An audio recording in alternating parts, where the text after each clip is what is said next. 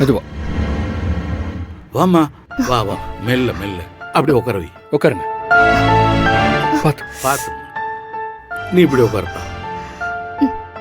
என்ன கபிலா, விருந்தெல்லாம் நல்லபடியா முடியுதா? அதெல்லாம் நல்லபடியா முடியுதுப்பா. புனிதா, இங்க பாருங்க, நல்ல வேளை டாக்டர் ஒன்றும் சொல்லலை. அவங்க கொடுத்துருக்கிற டேப்லெட்டை சாப்பிட்டு 2 நாள் பெட்டை விட்டு இறங்காம ரெஸ்ட் எடுக்கணும். புரியுதா? பாத்தியா அமுதா, உன் அண்ணன் என்ன மிரட்டுறாரு. வீட்டுக்கு வந்ததும் டாக்டர் உங்களுக்கு ஒத்தடம் கொடுக்க சொன்னாங்க. நான் போய் தண்ணியை சூடு பண்ணி கொண்டு வரேன். சரி போடா.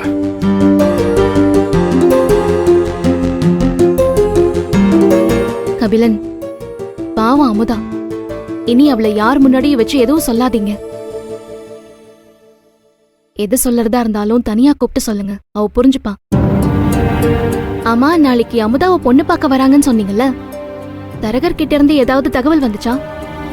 மாப்பிள்ளை வீட்டுல இருந்து நாளைக்கே வர்றதாக தரகர் சொன்னாரு. நான் தான் உங்ககிட்ட சொல்ல மறந்துட்டேன்.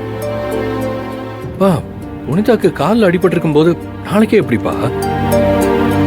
வரன்னு சொன்னவங்கள தடுக்க வேண்டாம் கபிலன், அவங்க வரட்டும். கால் வலியோட அம்மா வீட்டுக்கே போயிட்டு வந்தாச்சு. இது நம்ம வீடு தானே, நானே சமாளிச்சுப்பேன். அம்மாடி புனிதா, நான் வேணா உனக்கு தோசை ஊத்தி தரட்டுமா? மாமா, அம்மா வீட்டுல சாப்பிட்டதே கழுத்து வரைக்கும் இருக்கு.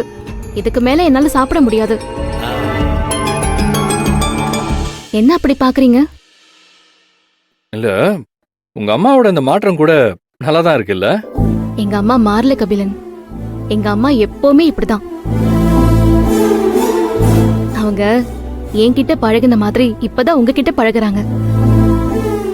உங்க அம்மா பாசத்துக்கு பக்கத்துல யாருமே நிக்க முடியாதுமா.